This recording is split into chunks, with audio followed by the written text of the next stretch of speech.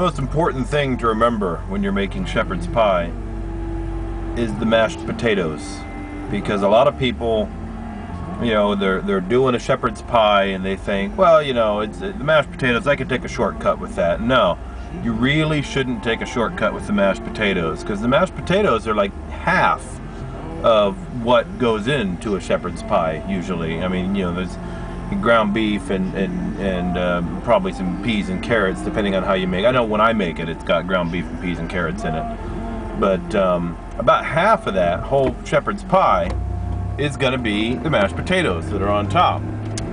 And, you know, people have certain expectations for mashed potatoes, so you really shouldn't cut corners when it comes to them for shepherd's pie. Now, it's not necessary that you do like some awesome, unbelievable mashed potato recipe. It just means that you have to put a little bit of care into the whole thing. So I would suggest that when you do your mashed potatoes, just, you know, first of all, use real potatoes. Don't use like potato buds or you know, any of those other like fake instant mashed potatoes things, or anything that comes out of a bag, unless it's a bag of potatoes, usually isn't going to work for your mashed potatoes. You really want to start with, you know, a potato. Now, the mashing part of it, a lot of people get this wrong, so it's important. The mashing part, that doesn't come until after you've already cooked them. Because if you mash the potatoes before you cook them, then I don't know what you get, because I've never been sort of dumb enough to try that, but sometimes people will get it wrong. So all you really need is like a bag of potatoes and a pot of water and a knife and some butter and some milk, you know, and it's okay. You can take a little shortcut with your mashed potatoes. You don't, you know, when you peel them, you don't have to wash them. And I'll even go so far as to say you could take another shortcut, and that is that you don't have to boil them whole. You can cut them into like quarters, especially if you've got big potatoes. That'll help.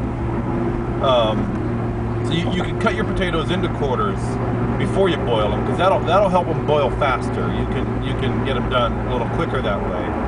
But I wouldn't take any other shortcuts, because people know the difference when you take shortcuts with your mashed potatoes. So mashed potatoes should be like boiled potatoes, and then, you know, you drain them and then you mash them up.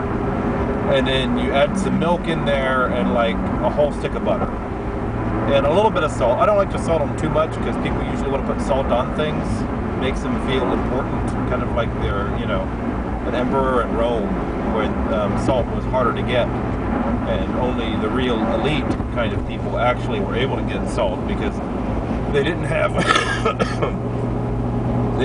like naturally occurring sources of salt, especially when you got further inland. So it was only like, you know, the governors and you know, the people that were higher up in government that actually got salt, and that was because it had to be harvested manually from torture victims and prisoners that they'd captured, you know, from like the Celts and the Norwegians and the Belgians.